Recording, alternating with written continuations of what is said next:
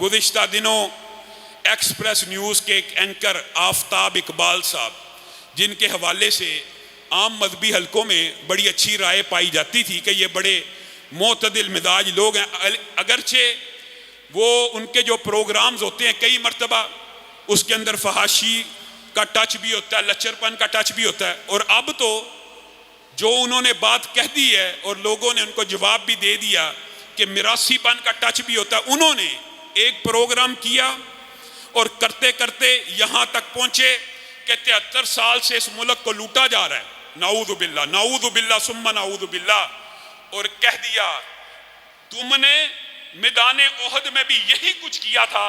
چند نبینہ فنکار انہوں نے بنائے ہوئے تھے جو کسی مال کو لوٹ رہے تھے، اور معاذ اللہ انہوں نے یہ کہا صحابہ کے ساتھ مثال دیتے ہوئے کہ تم نے میدان احد میں بھی یہی کام کیا تھا، معاذ اللہ ثم معاذ اللہ۔ میرے بھائیو، ایک بات سمجھنے کی ضرورت ہے، بہت اہم ہے۔ صحابہ اکرام کے بارے میں کچھ فلاسفرز، کچھ تھنکرز نے آپ کو ایسا مغالطہ ڈالا ہوا ہے، آپ سمجھتے ہیں یا شاید یہ بات ٹھیک ہے۔ پہلی بات، مال غنیمت لوٹنا، یہ مال غنیمت کے ساتھ لوٹنا کا لفظ صحابہ کے شان شان ہے ہی نہیں۔ مال غنیمت کو ہمیشہ سمیٹنا کہنا چاہیے۔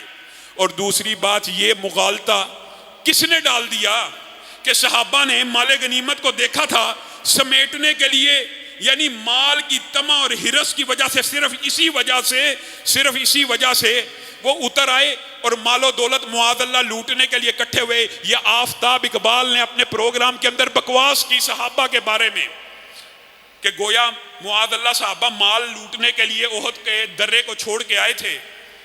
ان کم عقلوں کو، اصل میں یہ کم پڑھے لکھے ہوتے ہیں، ان کو جہالت کا عذر دینا چاہیے، لیکن ان کی جو کمپنی ہوتی ہے نا روافظ کے ساتھ، جو صحابہ کے گستاخوں کے ساتھ، ان سے انہوں نے یہ پٹی پری ہوتی ہے کہ صحابہ کے بارے میں ہردہ سرائی کرنی ہے، ان کو پتہ ہی نہیں۔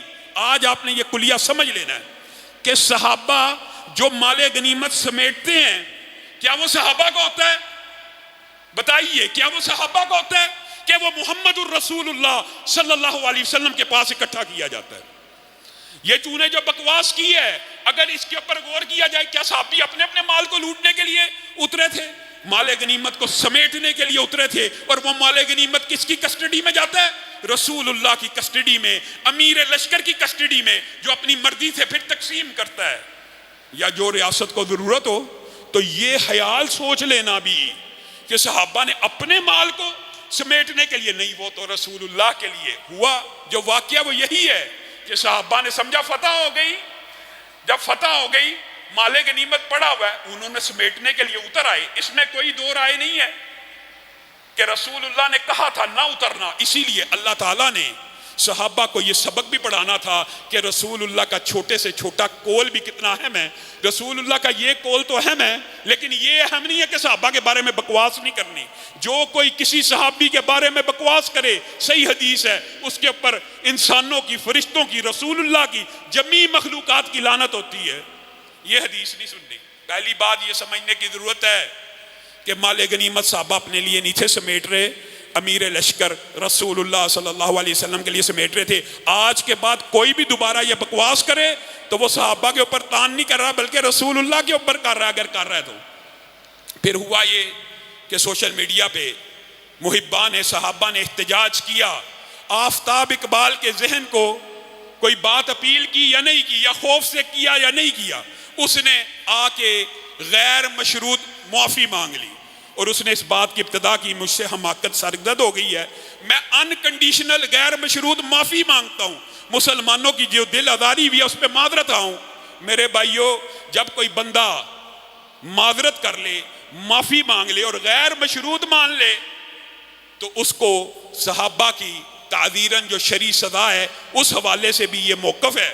ایک بندہ صحابہ کی اگر توہین کرتا ہے اور بعد میں توبہ تائب ہو جاتا ہے اور ارادہ کرتا ہے آج کے بعد توہین نہیں کروں گا، تو اس کو معاف کیا جائے گا، اس کو معاف کیا جائے گا، کیونکہ صحابہ کی توہین رسول اللہ کی توہین نہیں ہے۔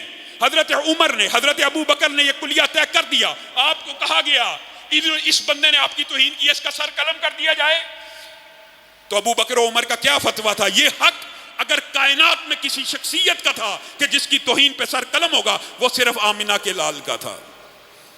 اس کا مطلب یہ ہے کہ صحابہ کی توہین کے اوپر جو بندہ توبہ تائب ہو جائے، اس نے معافی کی مانگی ہے، ہم اس کی معافی کو قبول کرتے ہیں، لیکن پیمرا سے یہ درخواست کرتے ہیں، ایکسپریس چینل سے یہ درخواست کرتے ہیں کہ تادیبی کارروائی کرتے ہوئے اس طرح کے پروگرامز کے اوپر پابندی لگائی جائے۔ یہ سکرپٹڈ پروگرام مسلمانوں کی دل آزاری ہوتی ہے۔